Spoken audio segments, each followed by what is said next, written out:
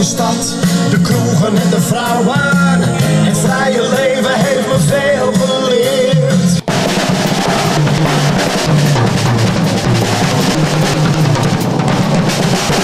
Lekker interviewen. Wolter Kroes, wij zitten hier in jouw werkstudio. Kantoor. Manscave noem ik het. Het is mijn mannengrot. Ja, dit is mijn rustpuntje. Als ik optredens gedaan heb en ik ben met Vriendenloterij weg geweest en er moeten dingen bedacht worden, dan zitten we hier lekker met ons ploegje. We hebben een heel klein team. Zitten we hier te brainstormen en over nieuwe liedjes, nieuwe acties. Social media is heel belangrijk. En dat doen we allemaal hier. En je hoort het, ze zijn aan het verbouwen hiernaast, dus er wordt hier gewerkt. Ja, je breidt uit, hè? We breiden iets meer uit, ja. We hebben even meer ruimte nodig. Achter deze deur, dat komt dus allemaal bij jou? Nou ja, weet je wat het is? We zijn heel veel aan het vergaderen. We hebben heel veel besprekingen hier. En dit gedeelte moet echt kantoorgedeelte worden. En dat moet echt een gedeelte worden dat je mensen kan ontvangen. En samen met Remco de Ruiter, mijn management, doen we zeg maar, ja, toch wel heel veel dingen bedenken en doen. Nielson zit bijvoorbeeld ook zeg maar in ons team. Daar doet Remco het management van. En dat, nou ja, weet je moet wel je komt heel veel met mensen. En steeds meer. Het wordt steeds groter. Het wordt steeds meer. Dus we zijn aan het werk, hè? We hebben een ruimtetje erbij. Ja, en ik heb een hele bijzondere timmerman, zal ik je vertellen. Dat is een mooi verhaal. Op Valentijnsdag, een dag daarvoor, toen zei hij: Wolter, mag ik voor mijn vrouw de hele nacht liggen dromen inzingen bij jou? En dan kan ik mijn vrouw verrassen. Nou, dat heeft hij gedaan. De timmerman? Ja, de timmerman. Ja, hier, kijk, daar staat hij. Daar staat hij, Mark. Ja, hij is beroemd op internet geworden. Ja? Met zijn hele nacht liggen dromen versie. Hier komt ontvangstruimte ook. Hier gaan we mensen ontmoeten, vergaderen.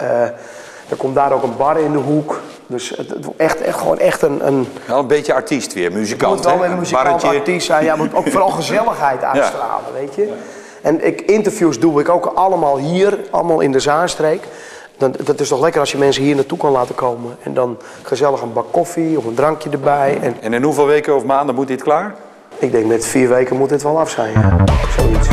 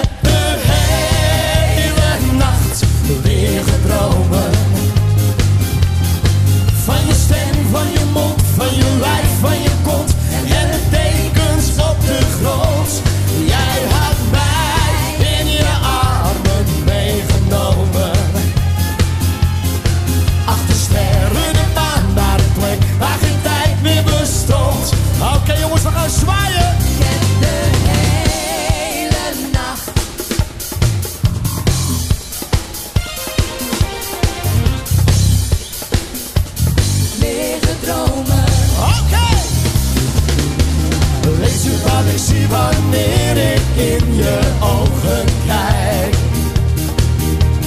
Voel je wat ik voel als ik je zachtjes streel? Ha! Doe je wat ik doe als mijn mond naar de jouwe rijdt? Ik kan niet langer wachten, dit wordt mij te veel. Oké!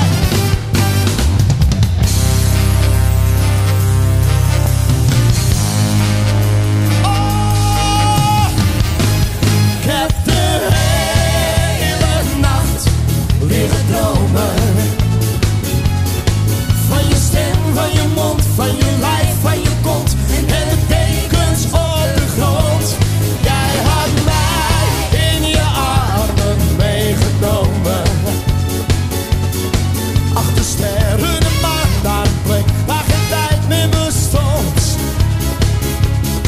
Achter sterren en maan naar een plek waar geen tijd meer bestond. In 1968, toen ben jij geboren, in december. Hoe herinner jij je jeugd? Nou, wat ik vooral van mijn jeugd herinner is heel veel muziek. Ik was 4 jaar toen drumde ik al. Dat heb ik tot mijn 20ste gedaan. Maar mijn hele jeugd door is alleen maar muziek geweest. Elvis Presley, Tom Jones, Engelbert Humperdinck, alles vond ik leuk. Vond echt jaren 60 muziek vond ik leuk. En als drummertje ben ik zeg maar al opgegroeid. Ja. Je kreeg ook les van een Volendamse drummer, dacht Nou, ik. dat denk je. Je denkt dat ik van een Volendamse drummer les gehad heb, Jan Keizer. Maar dat was een hele oude jazzdrummer met toevallig dezelfde naam. En iedereen denkt dat Jan Keizer dus mij drumles gegeven heeft. Maar dat is niet zo. Dat is niet waar. Nee. Of Jan die kon muziek... ook niet zo goed drummen hoor, vond ik. Dus die kon ook geen drumles geven volgens mij. Het was wel een hele goede artiest in de band bezig en als drummer. Maar technisch gezien, sorry Jan.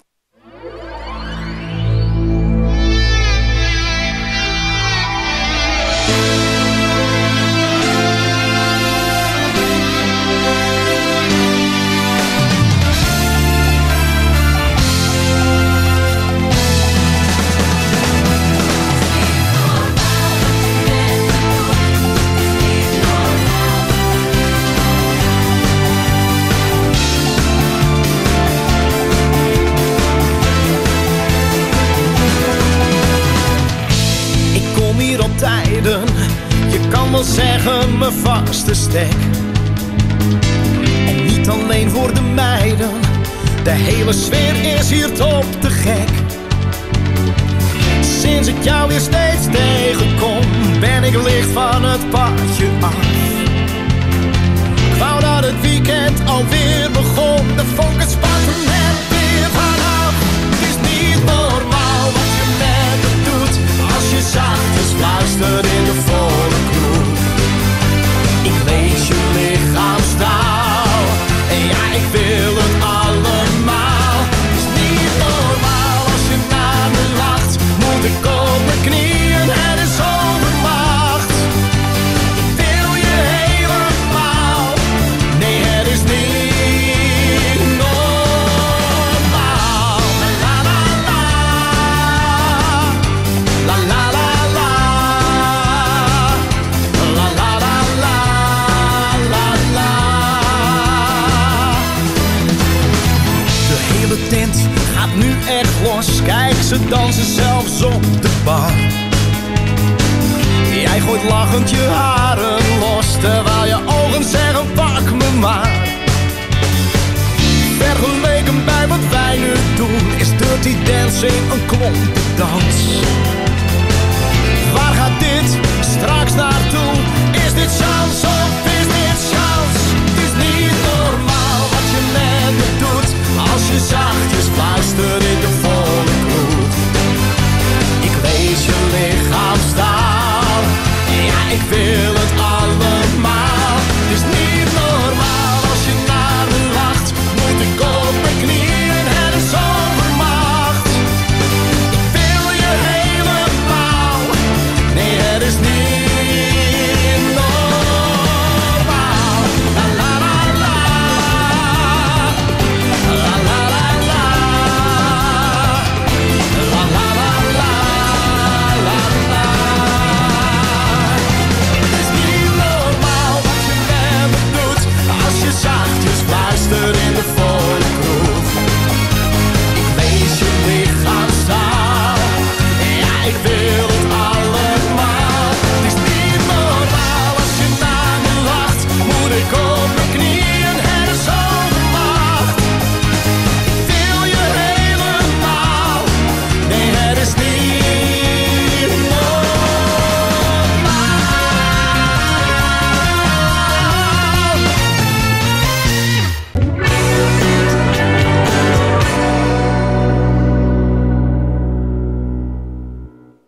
Wat voor jongen was jij op de lagere school? Wat was ik voor kereltje? Qua jongen? Ja, ik was wel een boefie. Ik zat wel altijd achter de meiden aan. Ik vond het allemaal wel erg interessant. En samen met mijn vriendjes gingen we heel veel de polder in, want het is hier polderlandschap, hè, de Zaanstreek. Het is heel veel weidegrond met heel veel water. En wij zaten eigenlijk altijd met bootjes, liepen we altijd te klooien bij ons in het veld en altijd buiten aan het spelen. Altijd leuk met vriendjes. Want jij vertelde, je vader die was schilder, die had een schildersbedrijf. Ja, hij is begonnen met een aannemersbedrijfje. Hij had een losse ploeg, noemen ze dat hier.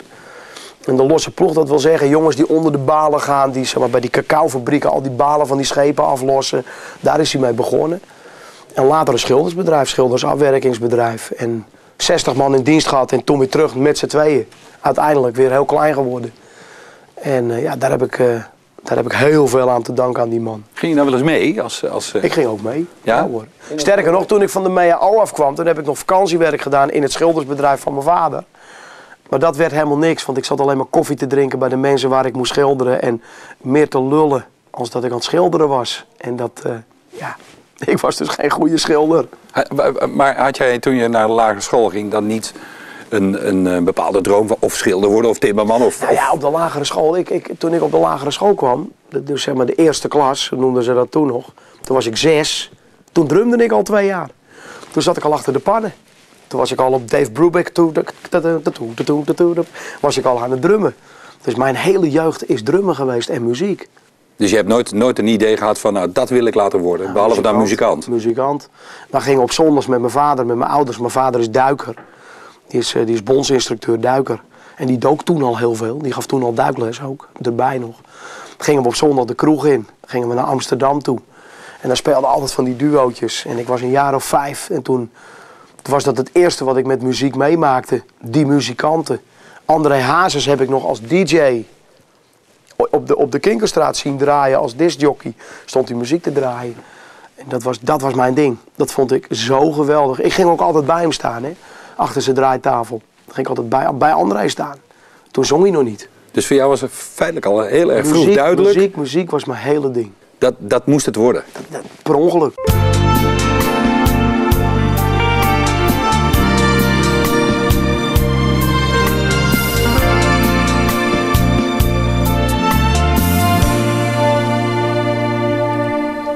Je nummer stond niet in het telefoonboek. Het adres wat jij me gaf, dat was niet echt. Als ik je vraag waarom lieg je tegen mij? Dat deed ik ook niet tegen jou. Mijn deur stond altijd voor je open. Beschermde jou tegen de kou. Je mocht mijn bed, mijn dekens, ik sliep wel in mijn stoel. Toch bleef jij tegen mij zo cool. Waarom is het zo donker om je heen? Waarom wordt geluk niet meer beloond? Te kort heb jij bij mij gewoond. Nu ben je weg, liet mij alleen.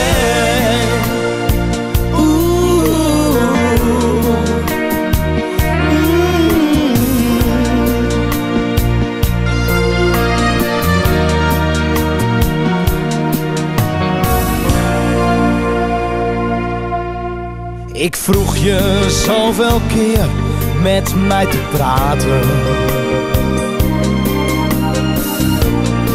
maar dan zweeg je of verdween. Ik moest jou dan laten gaan, zonder dat ik wist waarheen. Waarom is het zo donker om je heen? Waarom wordt geluk meer beloond. Te kort heb jij bij mij gewoond. Nu ben je weg, liet mij alleen. Waarom is het zo donker om je heen? Waarom wordt geluk niet meer beloond? Te kort heb jij bij mij gewoond. Nu ben je weg, liet mij alleen. Oeh,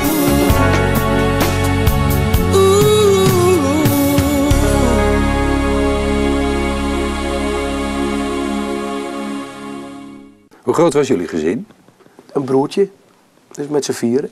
Jongere broer. 4 jaar jonger. En ook helemaal voor zichzelf sportleraar, voetbaltrainer is. Ook geen schilder geworden. Geen schilder geworden, helemaal into de sport. Volledig sport. Maar ook totaal niet muzikaal. Ook niet muzikaal, nee. Nee. Van wie, terwijl hier de bouwvakkers het flink op terwijl ze bezig loslaan. Van wie heb jij die muzikaliteit? Nou, mijn opa die zong in een operakoor. De vader van mijn vader. En ik denk dat ik daar een beetje toch die rottige zangstem vandaan heb. Ik denk toch dat het daar vandaan komt. Want mijn vader kan absoluut niet zingen. Maar hij was wel altijd erg met dansen bezig. Ze waren ook rock'n'roll kampioen van Noord-Holland geworden. En Vader en moeder? Ja, mijn ouders. Dus het was altijd met muziek. Muziek was wel belangrijk in ons gezin. Maar dat zingen heb ik denk ik van mijn opa. Ja. Hey, dan komt er een moment, ik bedoel daar achterin daar staat nog een drumstel. Ja. Dus je slaat er nog flink op los. Ja. Maar dan komt er een moment, dan kom je achter dat drumstel vandaan en dan... Nou, het punt was, ik zong al achter dat drumstel. En ik werd daar ontzettend schor van. Want als ik iets doe, ga ik altijd vol gas. En dat heb ik met zingen ook. Iets te enthousiast af en toe. En dat deed ik achter die trommels ook. En toen zei mijn vader, ga op zangles. Ik weet een goede zanglerares, Aleida van Dongen, in Zandijk. Ga daar eens heen. Dus wij daar naartoe. Nou, ik ben nu 47. Ik was toen 18. Ik heb dit jaar 30 jaar zangles van haar. 3 keer per week zit ik nog steeds bij haar. Ze is nu 83 bij, ze is 82. Toen kreeg ik een stem. Ik kreeg ineens die techniek voor elkaar via dat middenriff zingen. Ademhalen via, nou hoef ik jou niet te vertellen, want je kan zelf ook goed zingen. En toen, dus zingen achter die trommels. En toen zei op een gegeven moment de accordeonist met wie ik toen speelde. Simon heette die uit Haarlem. Hij zei, ga jij eens 1 liedje voor dat drumstel doen. Ik ga je begeleiden en dan ga jij zingen voor die kid. Ik ben benieuwd hoe het publiek reageert. En toen ging die hele tent uit zijn dak. En ik snapte er helemaal niks van, want ik keek nog naar de grond. Ik durfde het publiek niet aan te kijken, want zo'n drumstel is echt een soort van safe haven. Hè? Dat is echt, daar zit je veilig achter. Maar toen dacht ik van shit, dit is wel erg leuk. Toen kwam ik op een gegeven moment thuis en toen zei mijn moeder, ik heb je opgegeven voor een talentenjacht. In Wormerveer, discotheek Tendens. Ik zei, mam, ik heb een bloedhekel aan talentenjachten. Ik wil dat niet. Ik heb die prestatiedrang niet om van anderen te willen winnen. En dat heb ik nog steeds niet, want ik vind dat verschrikkelijk. Maar goed, ik daar naartoe. Toen zong ik een liedje van Engelbert Humperdinck. Spanish Eyes of zo zong ik toen. Maar daar viel ik niet echt mee op. En toen zei mijn vader, ik ken John Meijer in Wormer. Die is later nog in BZN gaan spelen. Nee, de gitarist van BZN. Een reclameman. En die schreef het liedje I Love The Way voor me. En dat was een Engelstalig liedje. En ik ga een volgende ronde door met dat liedje. En ik kom in die finale en ik win die finale. En vanaf dat moment kwamen de optredens binnen.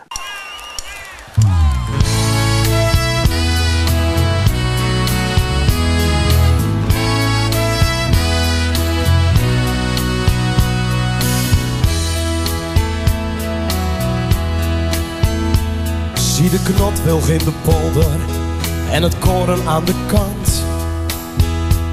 Het doet me denken aan mijn opa en zijn kleine stukje land. Ik weet nog goed dat ik als kleuter met hem viste in het riet. Hij liet me dansen op zijn knieën en dan zong hij steeds dit lied. Dansen op zijn knieën en dan zong hij steeds dit lied. Hij de Witska, kom maar binnen, zeg ken jij de mosselman? Daar was laatst een meisje Roos in een groen knollenland. Schipper mag ik overvaren, Amsterdam ligt aan het ei. Hij de Witska. scheepjes voorbij. Laat je horen! Berenpotje ging uitvaren. De weg was recht, de weg was krom. Nooit kwam Berenpotje meer om. Opa leerde mij de woorden. Hij zei, Polly, vergeet ze niet. Er komt een tijd dat je succes hebt met dat rare gekke lied. Nou ja, ik werd al snel een kerel en ik stond te zingen in de Heineken Music Hall. Er kwam publiek dat voor me klapte, zodat ik opa snel vergat. Publiek dat voor me klapte, zodat ik opa snel vergat. Hij de Wietska, kom maar binnen, zeg, ken jij de Mosselman? Daar was laatst een meisje los in een groen, groen knollenland. Schipper, Amsterdam ligt aan het ei. De Wietska, zo varen de scheepjes voorbij. Nou, omhoog die handen!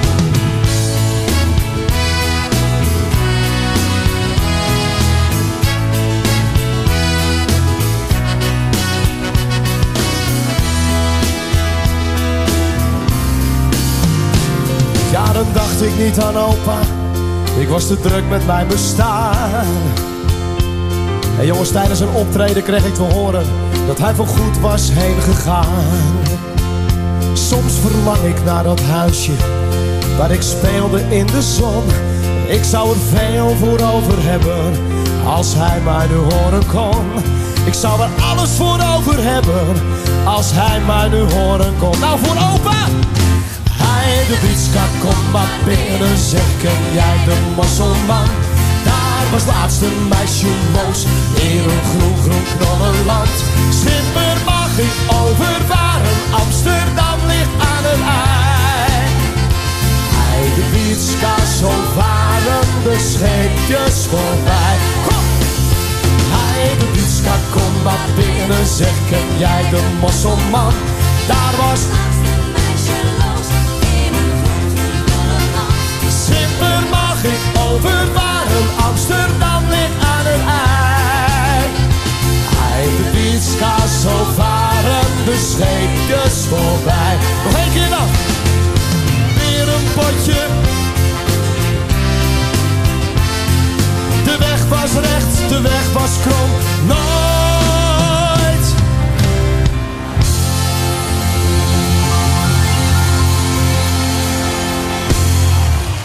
Wat had je toen gewonnen? Ja, helemaal niks. Een of andere bokaal. En het was ook een plaatselijke talentenjacht. Dus. Maar de plaatselijke kroeg hier in Wormerveer, die zei, wil je bij mij komen zingen? Ja, dat was lastig, want ik had natuurlijk nog geen repertoire. Ik had alleen maar cassettebandjes met orkestbanden. Dus nou ja, dat hebben we geprobeerd. Mijn vader ging het geluid doen. Die had nog nooit van zijn levensdagen een geluidset in zijn handen gehad. Nog helemaal nooit gedaan. Maar we gaan het gewoon doen, we zien het wel. Dus dat hebben we gedaan. En die heeft 18 jaar lang mijn geluid gedaan daarna. Zo. Tot Ahoy aan toe. Nou komt er een moment, ik bedoel dan komt er iemand op je pad. Ik werd op een gegeven moment gebeld door Jan Rijken. En Jan Rijken die had een verzekeringskantoortje in Wormerveer.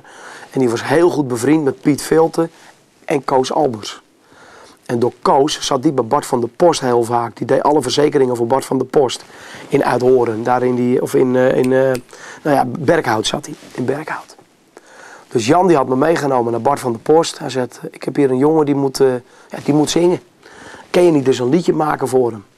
Dus toen werd het nummer I'm Walking on the Moon werd opgenomen door Bart van der Post en Peter de Wijn. Mijn vader die betaalde die productie door Bart van der Post pand te schilderen. Zo hebben we dat gedaan.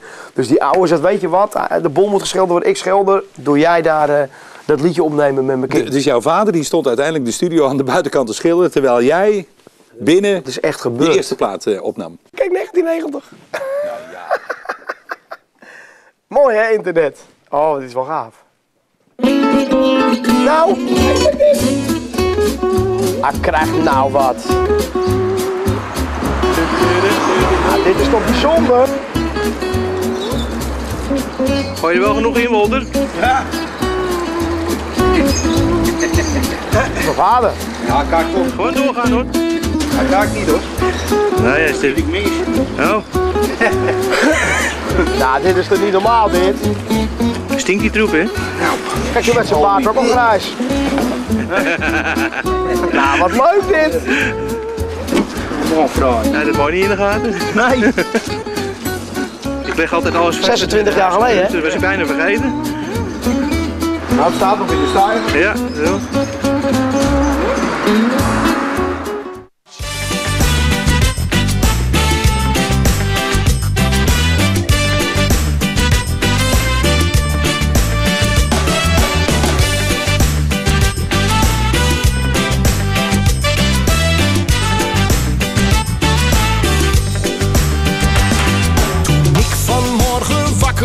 Vond ik jou hier aan mijn zij.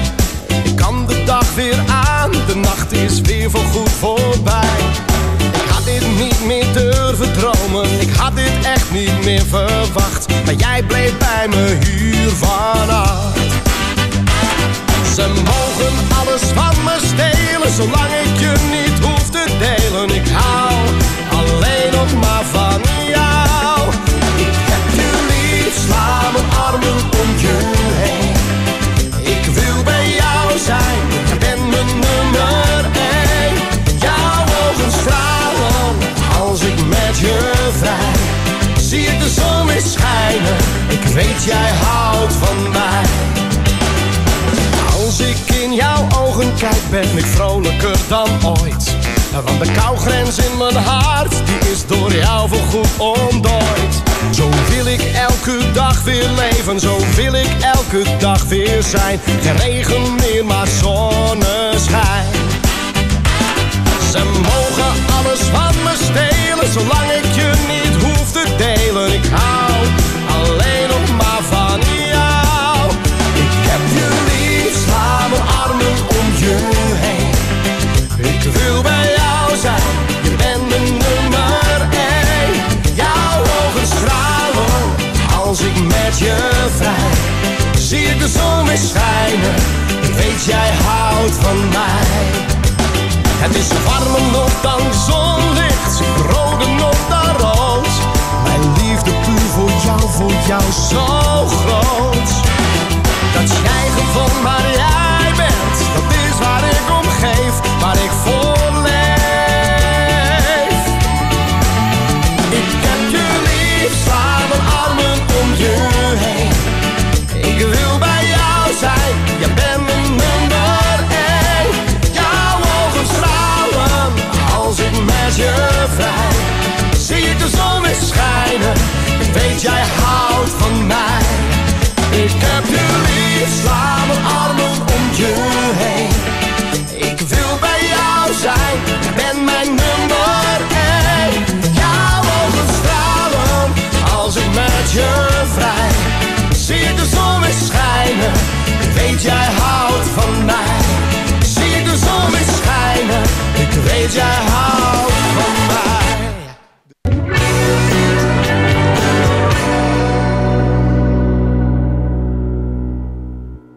Het gevoel, hè, als je dan je allereerste plaatje maakt. Ja. En zoals je dat net zelf mooi omschrijft. Ik bedoel, door je vader die het huis schildert bij Bart van der Post. Zo is het gebeurd. Maar wat gaat er dan door je heen als je dan fysiek met... Weet je, als je zo'n studio binnenkomt in Berkhout. Dat was het oude gemeentehuis van Berkhout.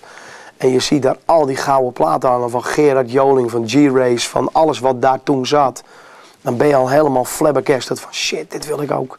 Wat gaaf dit, wat mooi. En dan kom je in zo'n studio met zo'n grote mengtafel, met zo'n SSL-tafel. En dan sta je met die koptelefoon op en dan... Jeetje, wat is Je vader dat? erbij? Mijn vader die stond op te schilderen buiten terwijl ik stond in te zingen. Dat is een mooi verhaal dit. Dat is echt gebeurd. En dat is te gek. Dat is fantastisch. Alleen, ik was nog geen goede zanger toen. Ik had die techniek nog helemaal niet van een plaat opnemen. Ik deed alles op mijn eigen manier. Ja, dit is dat eerste bandje. Hier staat, als je dit hoort, hoe ik dit allemaal zing, dan ga je helemaal in een deuk van het lachen. En dat was opgenomen in dat oude raadhuis? Dit is toen in het oude raadhuis opgenomen bij Bart van der Post. En maar ja, daar ben ik uiteindelijk wel door bij Willem van Kooten terechtgekomen. En hebben we gedaan wat we later gedaan hebben. Maar had je toen niet het gevoel, wat volgens mij veel zangers en zangeressen in die tijd hadden, hè? Die allereerste plaat maken en nou gaat het gebeuren. Je denkt dat het gaat gebeuren op dat moment. Je zingt in die microfoon, die plaat komt uit. En dan denk je, nou ja, nu gaan we het doen. Maar dan gebeurt er gewoon niks. Laat hem maar komen! Oké, het is subtropisch hier in Amsterdam. We doen 2 handen in de lucht.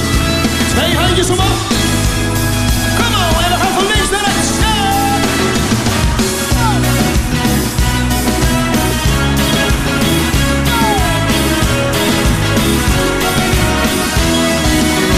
Kom dichterbij en luister goed. Ik ken een lied dat mooie dingen met je doet. En laat je voelen waarom een leven veel te kort is om maar zorgen toe te geven. En zeg geniet van elke dag, zolang het gaat. Ja, het zegt vertel je liefste lief waar het op staat. Oh, en maak je dag, zorg voor een lach, waar je ook bent. Doe mij wat na, het maakt niet uit of je oké. Museumplein, kom! Sha-la-la-la-la-la, here we go!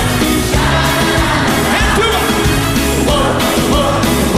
Sha-la-la-la-la-la, nog één keer! Sha-la-la-la-la-la, sha-la-la-la-la-la, everybody! Beste vrienden, zei ik het niet. Het is de werking van dit wonderlijke lied. Het helpt je mee, ja het wil je leren. Daarna de tegenslag, het bij weer is te keren. Het zegt geniet van elke dag, zolang het gaat. Ja, het zegt vertel je liefste lief waar het op staat. Oh, en maak je dag, zorg voor een lach, waar je ook bent. Doe mij wat na, het maakt niet uit of je nog niet kent.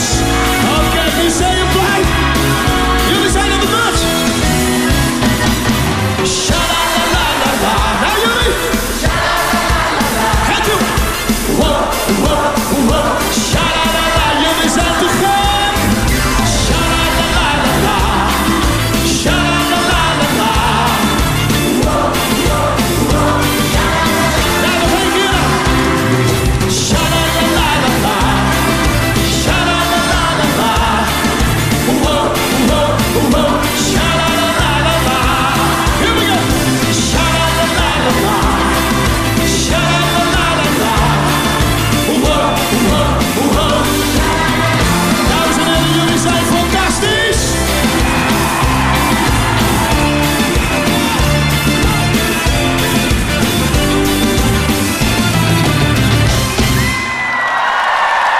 Hoe voelt dat dan? Nou, ik zou je eerlijk vertellen, omdat ik toen al heel veel optredentjes had, dat vond ik eigenlijk het allerleukste. Ik vind dat optreden het land in, met de mensen bezig zijn en op de bühne staan vind ik nog 10 keer leuker als voor die microfoon die plaat inzingen. Want dan ben je het echt aan het doen. Want daar doe je het voor. Je neemt een liedje op niet voor jezelf, maar voor het publiek. Dus ik was eigenlijk al veel meer weer die muzikant, net als toen die drummer, die daarmee bezig was. En ja, ik had de mazzel dat er alweer een single aan ging komen. Want Willem van Kooten geloofde in me. En als een plaat niet lukte, 3 maanden later gingen we gewoon weer een single opnemen. En zo zijn we eigenlijk continu doorgegaan met wel heel veel repertoire opnemen. Ik heb iets van 10 albums opgenomen. Ja, daar zitten wel hits bij. Uiteindelijk zitten daar hits bij. Maar doordat ik dat optreden zo gigantisch leuk vond en ik zo vaak geboekt werd, was ik daar eigenlijk niet mee bezig met flops. Want ik heb veel meer flops als hits gehad. Maar dat is met elke artiest zo. Weet je, eentje lukt er en 10 mislukken er. Dat is gewoon zo. Maar dan kom je van Bart van der Post, kom je bij Telstar terecht, Hoes. Ja. Johnny Hoes, Jacquemin Hoes. Nou, Jacquemin. Ja. Ja. Dus voor je gevoel heb je dan al een stap gemaakt? Ja, dan kom je bij zo'n platenlabel binnen. Maar ik had mijn vader mee. Dat is wel een... Die moest weer ontschilderen? Nee, helemaal niet. Want mijn vader was natuurlijk ook ondernemer. En die is best wel ook zakelijk altijd. En nog steeds, hè, want we doen nog steeds alles samen. We zaten daar aan tafel. En toen kwam dat platencontract. En dus wij hadden die single al opgenomen. Die was al klaar. Maar toen wilden ze een vervolgcontract. En toen zei mijn vader, ik wil dat contract eerst mee hebben. Ik neem dat mee naar huis. We gaan het even goed nakijken. En ik laat mijn advocaat daar naar kijken. En dan zien we daarna wel. En toen is er nooit meer een platencontract bij Telstar geweest. Waarom? Toen wilden ze niet meer tekenen. Zij niet of jullie? Nee, Telstar wilde toen niet meer tekenen. Die wilde niet meer dat ik een contract bij hun had. Maar via Telstar kwam je bij Toen kwamen we bij Willem Verkoten. En dat was wel meteen heel open. Heel Red Bullet. Red Bullet. Daar heb ik me echt mijn carrière helemaal opgebouwd. En daar ben ik Verkoten nog steeds eeuwig dankbaar voor.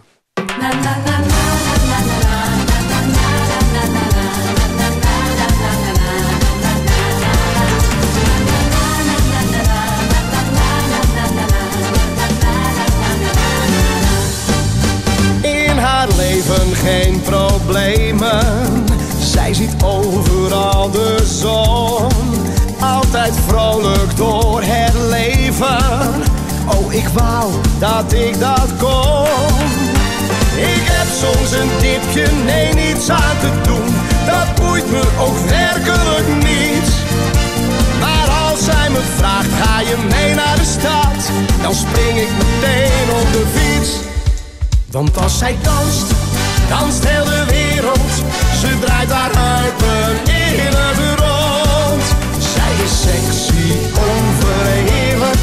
Haar zwarte haren, rode mond. Als zij danst, danst heel de wereld. En iedereen doet met haar mee. Maar als je het mij vraagt, zeg ik eerlijk, ik dans het liefst toch met z'n twee.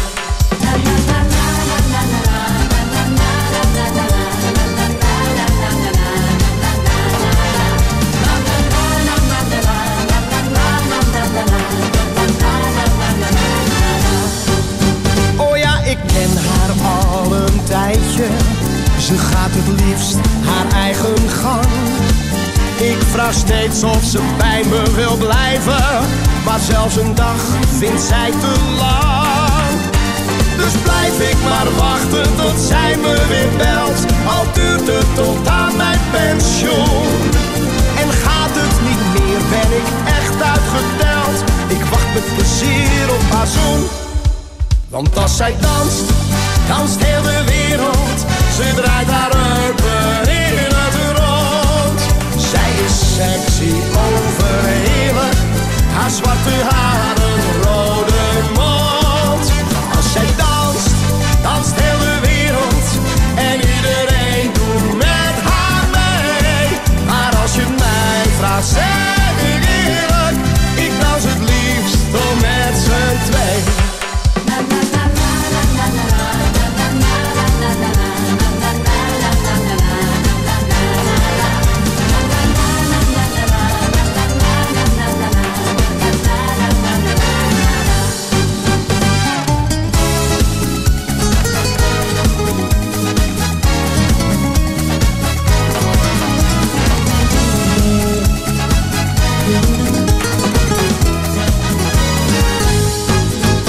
Als zij danst, danst heel de wereld.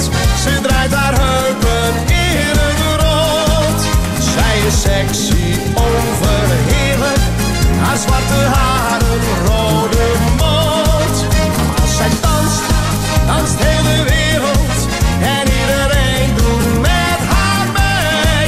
Maar als je het mij vraagt, zeg ik eerlijk, ik dans het liefst toch met z'n twee.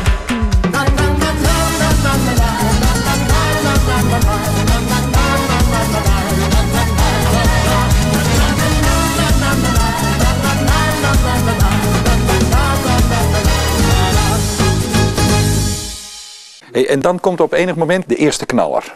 Nou, Laat me los in 1995, die ballad. Die kwam uit en toen ging Paul de Leeuw in een reageren. Die vond het een fantastische plaat en die zorgde ervoor dat ik ermee op tv kwam. Nou, praten we echt al over 20 jaar geleden, 21 jaar terug. En die zorgde ervoor dat die plaat onder de aandacht kwam, ook bij de radio. En ja, dat was mijn eerste hit. Maar toen deed ik inmiddels al heel veel optredens in Amsterdam en omstreken. Zeg maar het rondje om de kerk noem ik dat. Alles om Amsterdam heen. En daar was het echt een klapper. Echt gewoon een hit. Maar dan kom je op tv. Dan kom je op televisie. Heel Wormerveer zit ervoor. Ja. Nou, het gebeurde nog steeds niet zoveel hoor toen. Maar ik kwam wel op televisie en dan word je wel bekender als zanger. Je wordt wel beroemder. En dan ga je ook meer het land in. Wat doet dat met je? Nou ja, het wordt allemaal spannender. Het wordt allemaal spannender als je op tv komt. Want dan zit je in één keer niet meer in het rondje om de kerk. Nee, dan ga je ook de grens van de brug ga je Brabant in. Je gaat richting Friesland, je gaat richting Groningen. Waar ze je nog helemaal niet kennen. En dan wordt het wel zwaarder en moeilijker. Dan sta je, laat me los, stuur me weg. En het publiek staat je in eerste instantie zo aan te kijken. Maar mijn vader zei, doe het nou, ga dat repertoire wel zingen. En Hazes liedjes klaar, ander repertoire helemaal klaar. Je hebt een album gemaakt bij Willem, ga die liedjes ook zingen. Want anders leert niemand je kennen. Het frappant is dat een jaar later kwamen we daar wel weer terug. En toen stonden ze al die liedjes mee te schreeuwen. Dus zo is het eigenlijk al langzaam stap voor stap gebeurd.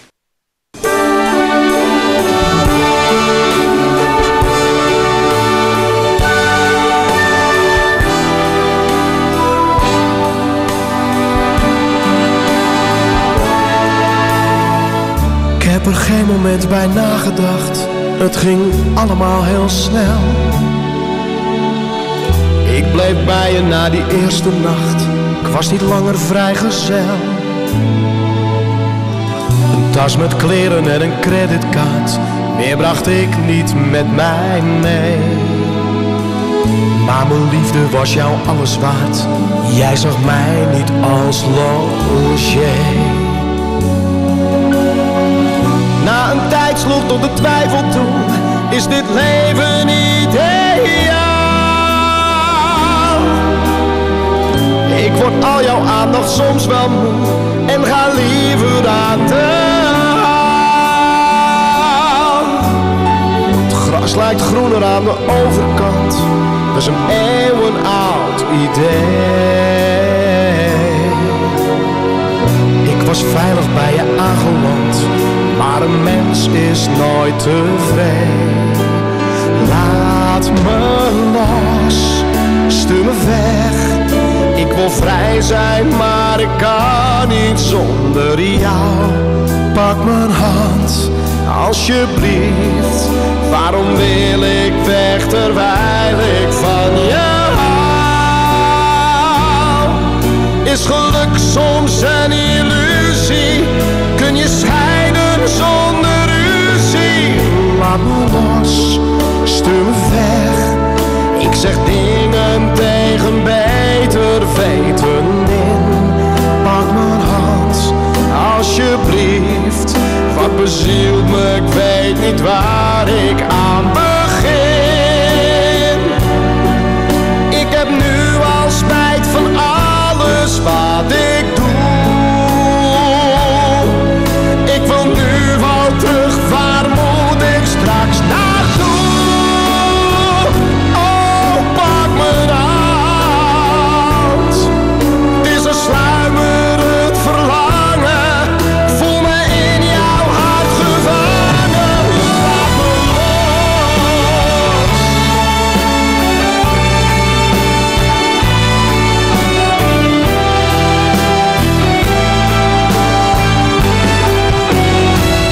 Tegen innerlijke vrijheidsdrang bestaat geen medicijn. Want je doet niet alleen jezelf, maar ook die ander heel veel pijn. Ja, het verwart me net zoveel als jou. Ik wil je echt niet kwijt. Een vrije vogel komt soms in het nauw. Geef mij nog even tijd. Laat me los, stuur me weg. Ik zeg dingen tegen beter weten in. Pak mijn hand, alsjeblieft. Wat bezielt me, ik weet niet waar ik aan begin. Ik heb nu al spijt van alles wat ik doe. Ik wil nu wel terug, waar moet ik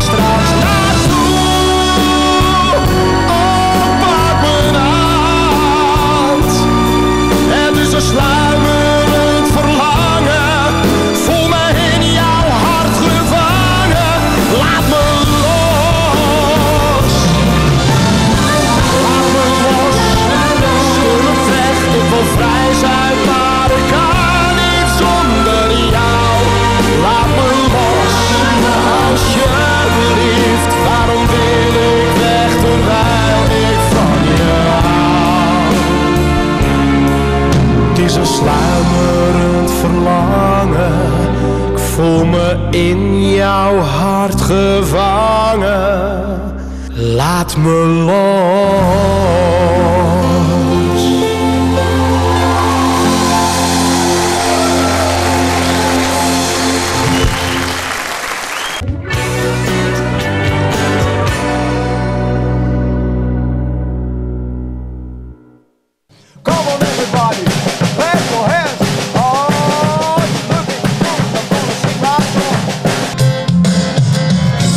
De stad, de kroegen en de vrouwen.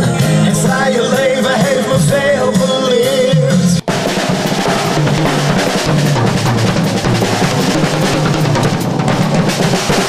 Lekker interview.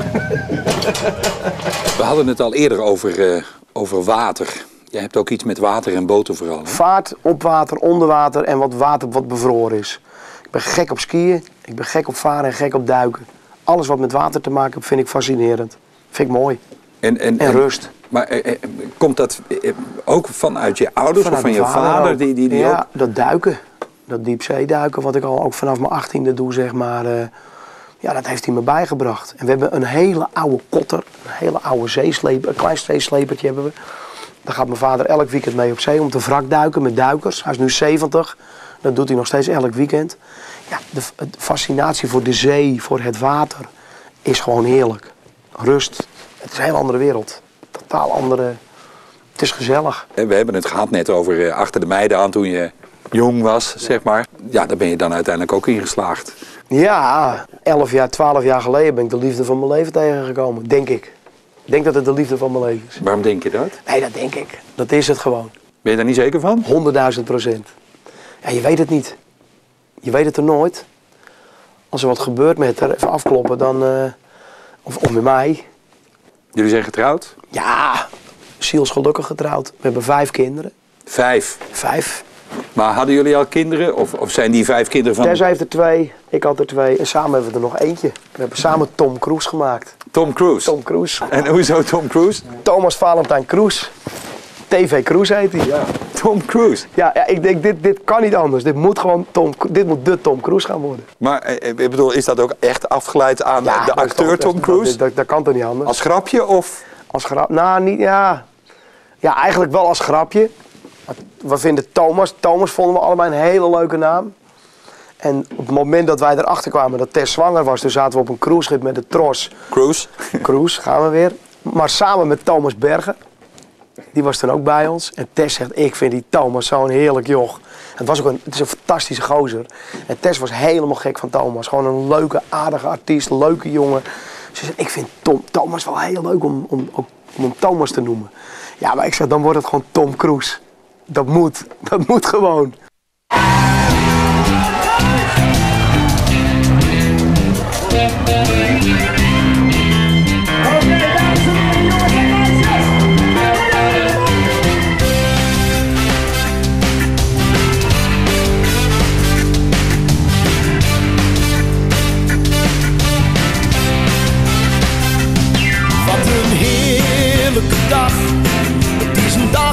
Alles mag.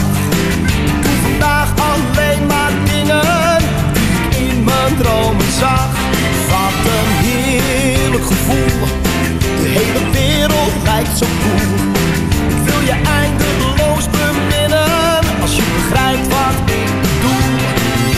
Ik werd vanmorgen wakker en jij keek in mijn ogen. Zonder wat te zeggen met blikken die je niet omlogen. Dag. Het is een dag dat alles mag. Ik doe vandaag alleen maar dingen die ik in mijn dromen zag. Wat een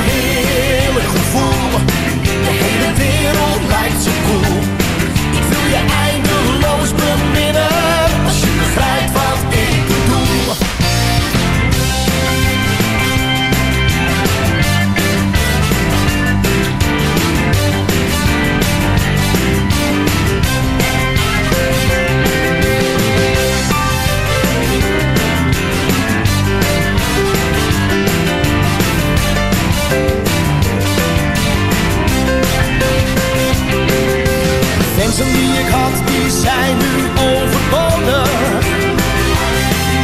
Van nu je bij me bent, heb ik niets anders nodig. Wat een heerlijke dag. Het is een dag dat alles mag. Ik doe vandaag alleen maar dingen die ik in mijn dromen zag. Wat een heerlijk gevoel. De hele wereld lijkt zo cool. Ik wil je eindeloos beminnen, als je begrijpt wat ik bedoel.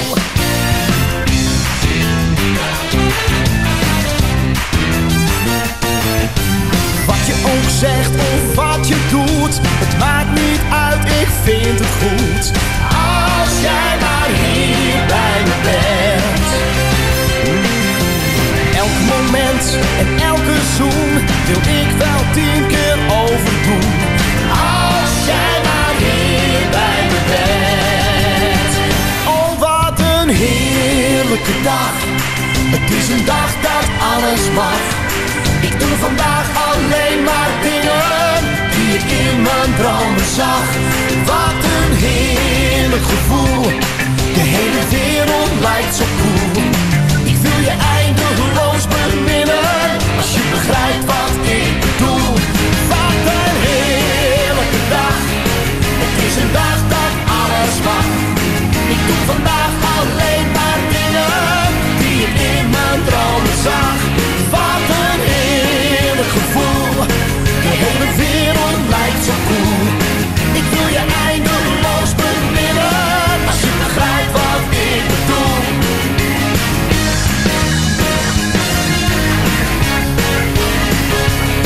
Ik wil je eindeloos beminnen, als je begrijpt wat ik bedoel.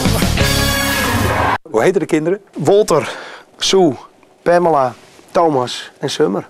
En die Walter is naar jou genoemd? Ja, die had ik uit mijn vorige relatie al. Hey, en ze wonen allemaal bij jullie? Pamela en Walter wonen bij mijn ex-vriendin in Krommenie. 5 minuten bij ons huis vandaan en die zijn er heel veel. Ja, en het is een fantastisch gezin met elkaar. Wat doen jullie? Want je gaf al aan, je bent druk en... Ja. Nou, we doen heel veel samen. Ja? Ja, heel veel dingen doen we samen. Samen doen we met z'n allen op vakanties. Wintersport zijn we gek van. We gaan varen, zomers met z'n allen op de boot. Maar ja, ze worden nu groter, hè, want Pam is 17 al. En die is heel druk met haar carrière al bezig als artiest. Hè. Ja? Ja, die zit op musicalopleiding en die gaat naar Tilburg, vooropleiding doet ze. Die zit door de week op het IFCO in Amsterdam. Die is alleen maar met muziek, zang en dans bezig. Ook zingen, heel veel. Dus en vooral vloggen, hè. Hoe vind je dat? Ja, Pam heeft het gewoon, die is ook al vanaf de 4e, 5e ermee bezig. Dus dat zit er gewoon in? Ik deed mijn concert in Ahoy, zij was 5. Ze zei, pap, mag ik met je meezingen? En de andere kinderen? Daar zijn er beelden van. Nou, Walter wordt een ICT'er. Die is alleen maar bezig met computers en met programmeren van computers, dingetjes. Dat vindt hij helemaal te gek. Zo is gek van dieren. Dus ik denk dat dat een dierenassistent, doktersassistent op een dierenkliniek gaat worden. Summer weet het nog niet zo heel erg goed. Die is er nog mee bezig. En Thomas is weer een toneelspeler. Wordt een acteur? Die is 7. En die is alleen maar bezig met aandacht vragen en optreden. Van alles aan het doen. Maar ik denk niet dat het een zanger wordt.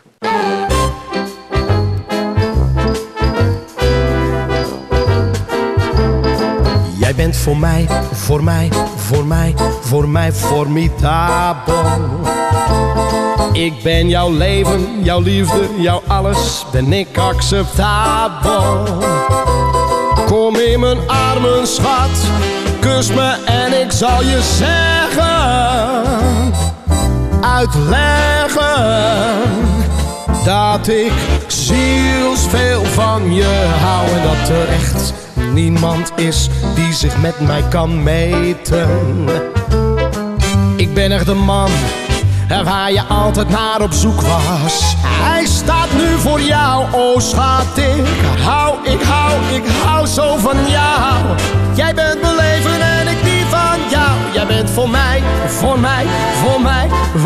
formidabel. Je bent voor mij een mirakel. Je blonde haar, je mooie ogen, gewoon een spektakel. En ik zie donders goed die lui die 's nachts naar je kijken. Soms hele rijken. Je kunt ze niet met mij vergelijken, want mijn liefde is oprecht en heel acceptabel. Hou me maar vast, ik voel je hart nu bonzen. En jij die van mij, oh schat, ik hou zo van jou. Jij bent mijn leven en ik die van jou. Jij bent voor mij formidabel. Je zult het altijd weten, nooit meer vergeten. Ik ben degene die er van je houdt. Je hoort bij mij, wij zijn formidabel.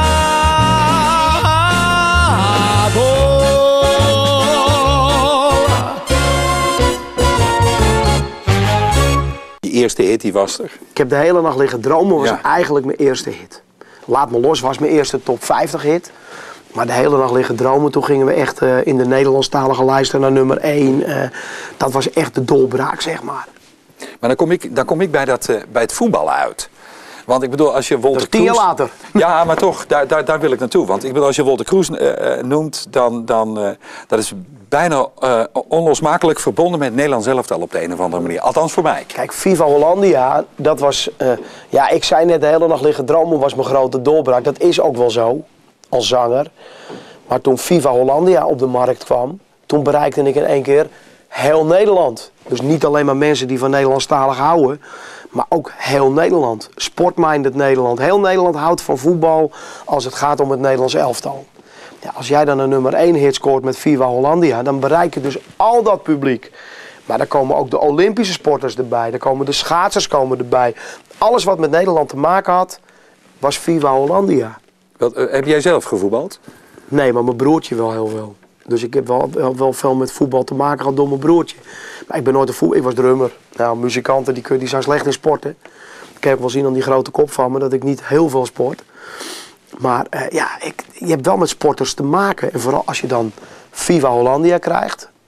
Wie notabene 3 keer op 1 geweest is nu, dat is niet normaal. Een single die 3 keer in 5 jaar tijd een nummer 1 hit scoort. Ja, dan bereik je een mega publiek. Dat is niet normaal. Viva Hollandia, ik bedoel, je reist overal naartoe. Nou, vooral die eerste keer in 2008. Toen we natuurlijk tegen Frankrijk op een gegeven moment wonnen. Toen werd die plaat nummer 1 en dan ga je overal naartoe. Toen stonden we op het Museumplein voor 200.000 mensen, terwijl er maar 100.000 op kunnen. Het zat helemaal afgelaaien vol en toen explodeerde er wat. Dat was niet normaal. En het is nog steeds zo, hè, door Viva.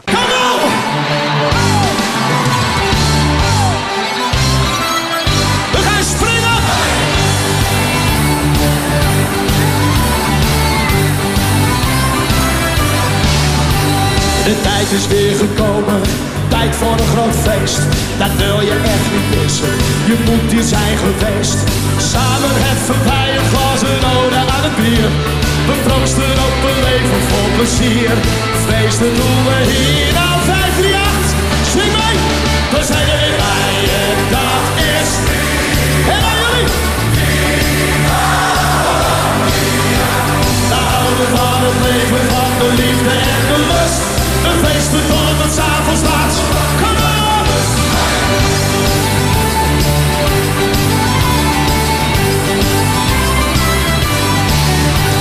En niet van alle mensen, ze gaan van tent naar tent. Iedereen is uitgelaten, de stemming is ongekend. De kruik die stroomt er vol met kracht, we drinken er nog heen. Het Museumplein is voor iedereen. Nee, niemand alleen. Kom op! We zijn er bij en dat is prima. Viva Hollandia. We houden van het leven, van de liefde en de lust. We feesten door tot 's avonds laat. En aan jullie, we zijn er bij en dat is prima. Zingen! Viva Hollandia.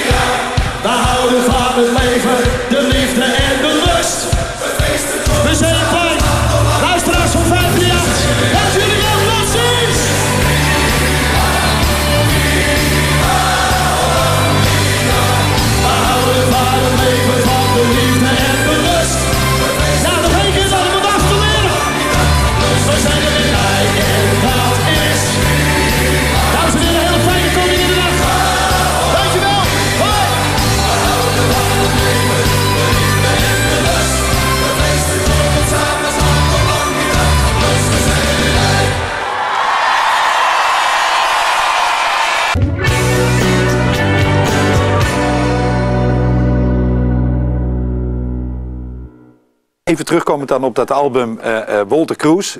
De Wolter Kroes, zoals we iedereen Wolter Kroes kent. Ja. Die blijft ook nieuw repertoire maken. Gewoon eigen liedjes, nieuw repertoire. Samen met Edwin van Hoevelaak, met mijn muzikanten. En dat komt eraan. En er komt een single van. Komt weer een single uit.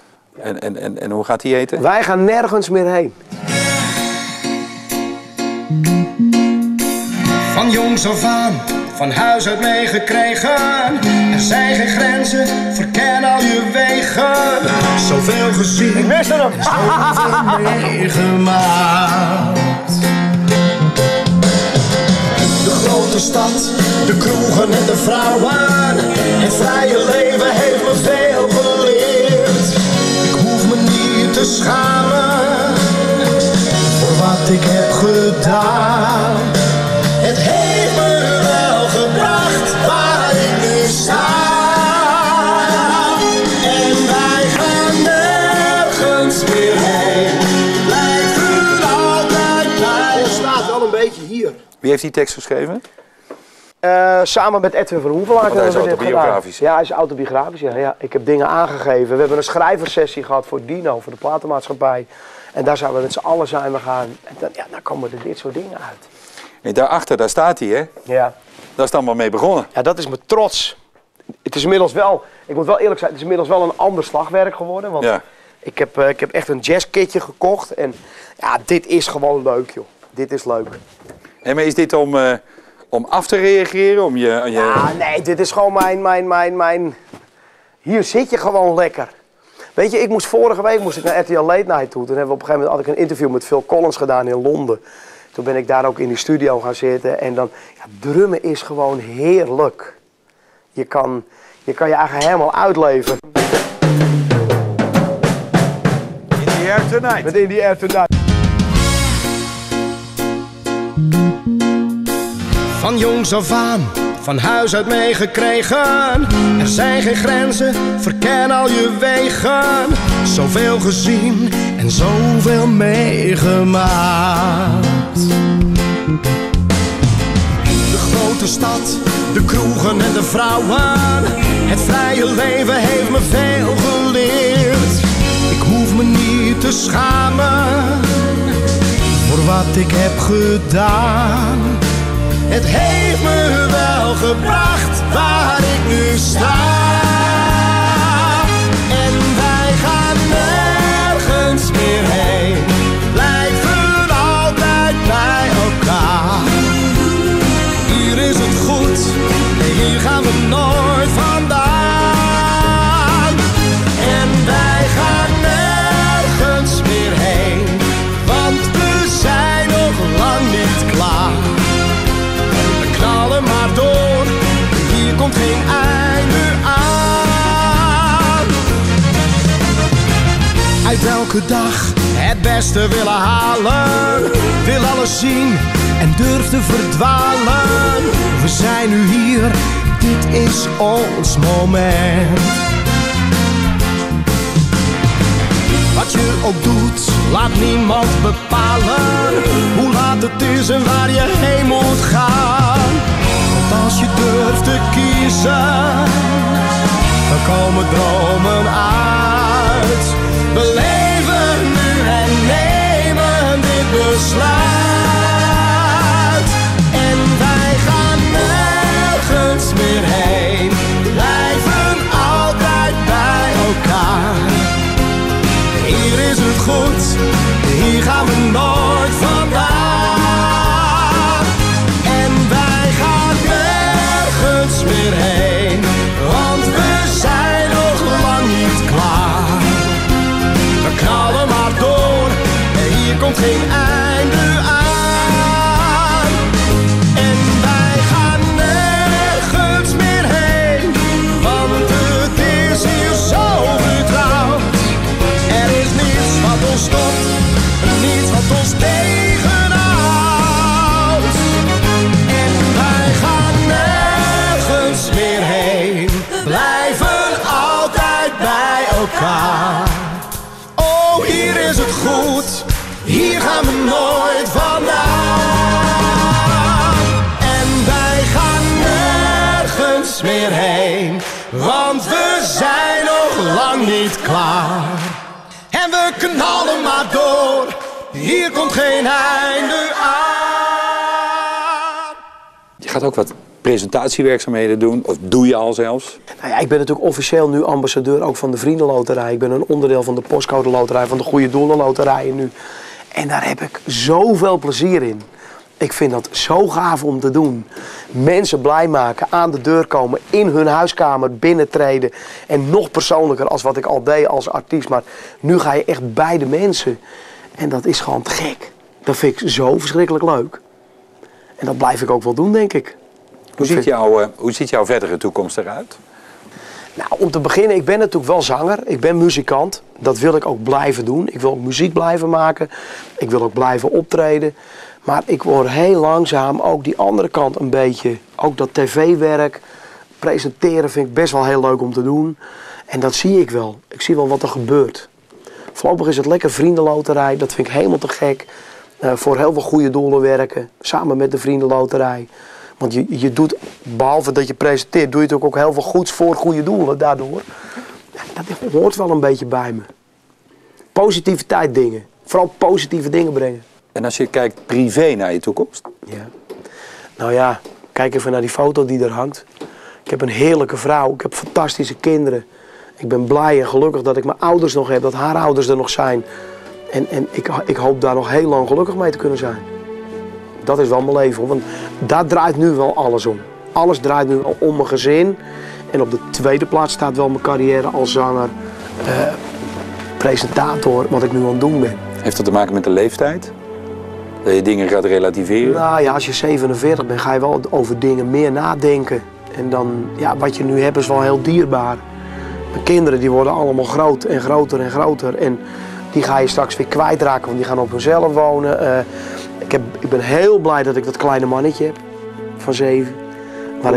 Tom Cruise, waar ik nog heel lang bij me kan houden, voorlopig. En dat, ja, mijn kinderen zijn mijn leven, mijn gezin. Dat is wel waar alles om draait bij mij nu.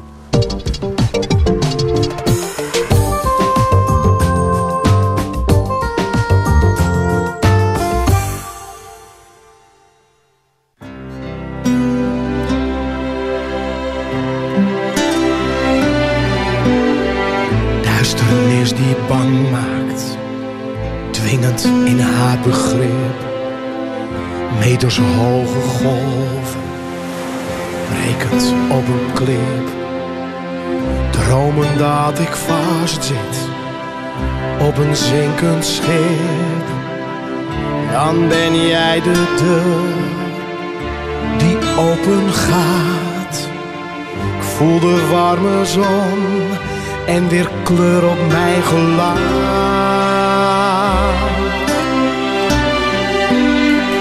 Langzaam word ik wakker, jij komt dichterbij. Zijde zachte haren vallen over mij. Voel je vlugge handen, lagend in mijn zij. Je mond is als een bloem die open staat. Zoeken naar de ruimte die de liefde ons nog laat. Zonder de seizoenen staat het leven stil. Zonder februari wordt het nooit april. Zomers klagen boeren altijd steen en been. 's Winters zijn de vissers door hun netten heen. Maanden kan het duren voor ik jou zal zien. Wordt het weer de lente of de herfst misschien?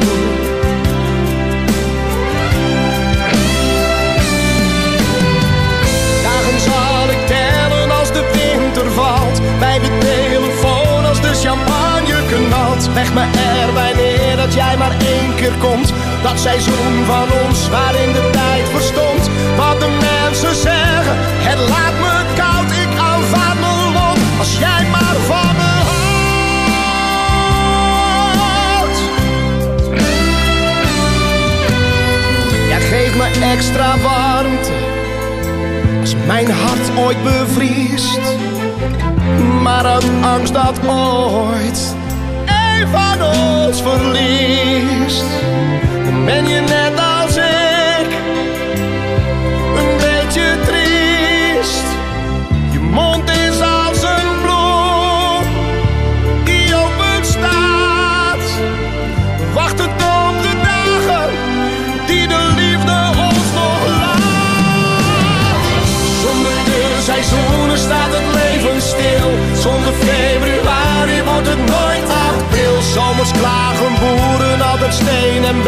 Winters zijn de vissers door hun netten heen. Maanden kan het duren voor ik jou zal zien.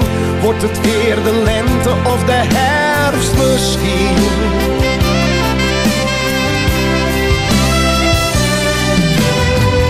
Dagen zal ik tellen als de winter valt. Bij de telefoon als de champagne knalt. Leg me erbij neer dat jij maar één keer komt. Dat seizoen van ons waarin de tijd verstond. Wat de mensen zeggen, het laat me koud. Ik aanvaard mijn lot, schijn maar van me hoofd.